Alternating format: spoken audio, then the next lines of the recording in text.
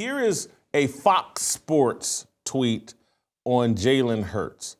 Jalen Hurts continues to make history after winning the Super Bowl. Why am I not? There we go.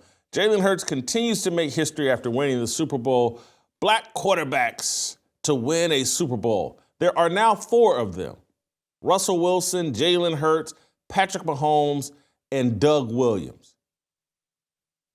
ESPN, same thing. Black excellence. Jalen Hurts joins Patrick Mahomes, Russell Wilson, and Doug Williams as the only black quarterbacks to win a Super Bowl. What are we doing here? ESPN, Fox Sports, Legacy Media. This black excellence has turned into black exhaustion. What are we doing? I believe the top 2 quarterbacks coming into this year's draft are black quarterbacks. How many black quarterbacks have been drafted number 1 overall? How many black quarterbacks have to win a Super Bowl before it's no longer news? Why are we treated, black people, like we're retarded and ride the short bus, and anytime we accomplish anything, it's history? Oh my God, another one won the Super Bowl. I'm not the greatest at math, but I did some math this morning, and I did some tinkering around and a tiny bit of research. I was exhausted. Oh my God, I had to do some research. It was terrible. 35 men have won the Super Bowl at the quarterback position. 35 men have won the Super Bowl at the starting quarterback position. There have been 59 Super Bowls, but only 35 men have won the Super Bowl. You get it? Tom Brady's won 7. Terry Bradshaw won 4. Joe Montana won 4. You get how that? Jim Plunkett won 2. Eli Manning won 2. So there are 35 guys that have won the Super Bowl. 4 of that 35 are black. So I was up all this morning, had sheets of paper out, just doing the math and carrying ones. And I was like, well, hold on. As a black person, we're 12% of the population. 12% of the population. And if my math is correct, and I did a lot of calculating and triple checking, I even went to my cell phone and used a calculator to back up all the things I had written on paper, and 4 of 35 is 11%. We're 12% of the American population, black people. And we've won 11% of the Super Bowls.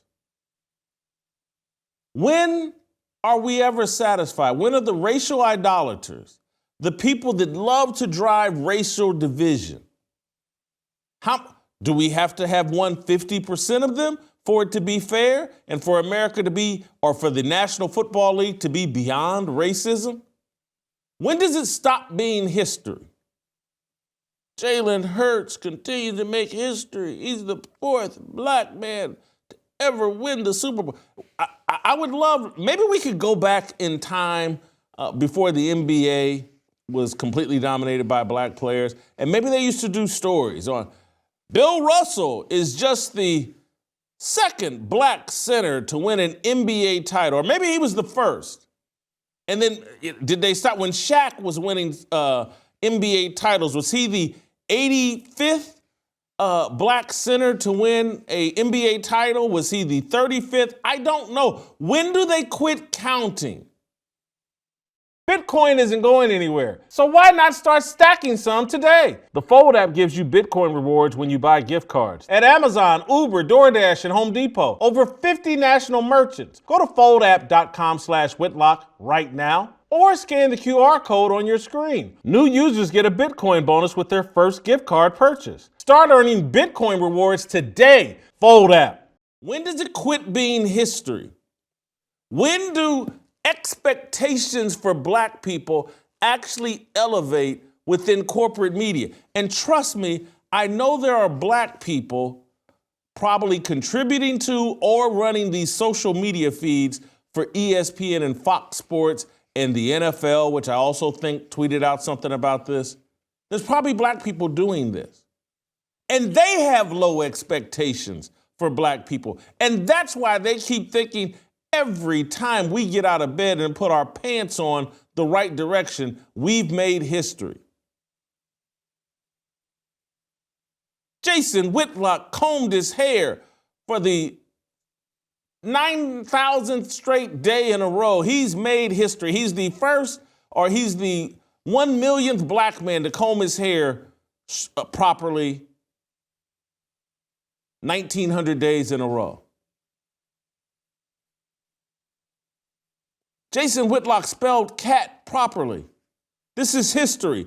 He's the 24th millionth whatever.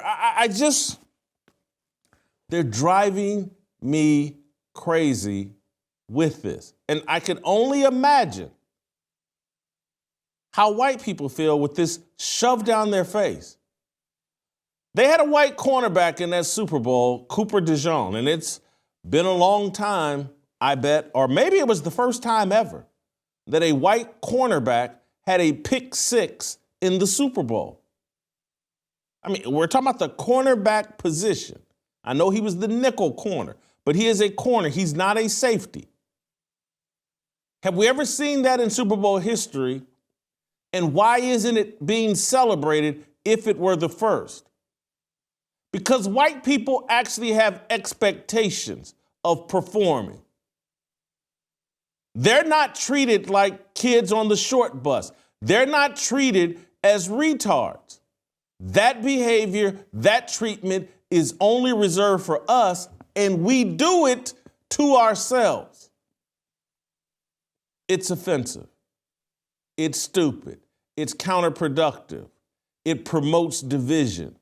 It's unnecessary. Everything we do isn't history. This whole little deal of placing ourselves on a pedestal as a special group of people because of our skin color. And I get that in 1855 in the South, that our skin color made us more likely to be slaves. But trust me, there were free black people in the South as well. And trust me, according to historical data, the first person to own a slave in America was a black man. Go look it up. But this whole little deal that somehow we're special and everything we do is history making. Like we're the chosen people 2.0. It's got to stop. This isn't black excellence that they're promoting. It's black exhaustion. It's stirring up animus towards us. It's promoting racial division within sports. I don't get it. Everything about sports was about de-emphasizing differences, de-emphasizing racial division, and ESPN and Fox Sports and the National Football League and all these other major sports leagues, they've completely gone the other direction.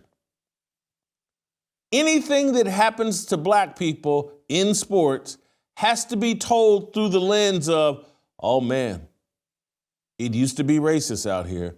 Don't you ever forget what the white man denied you. I'm going to say something that will not sound proper and won't probably land well. But it is factually true. Muhammad Ali said it best. Thank God my grandpappy was on that boat, because Muhammad Ali didn't want to live in Africa, and neither do you. Muhammad Ali happy as hell that he was in America, and so are you. All this cosplay and all this, oh God, this is so terrible. What happened to my ancestors? It's all hot garbage, and you know it. Like what you saw? Hit that like button, subscribe, and check out the full episode by clicking the link below.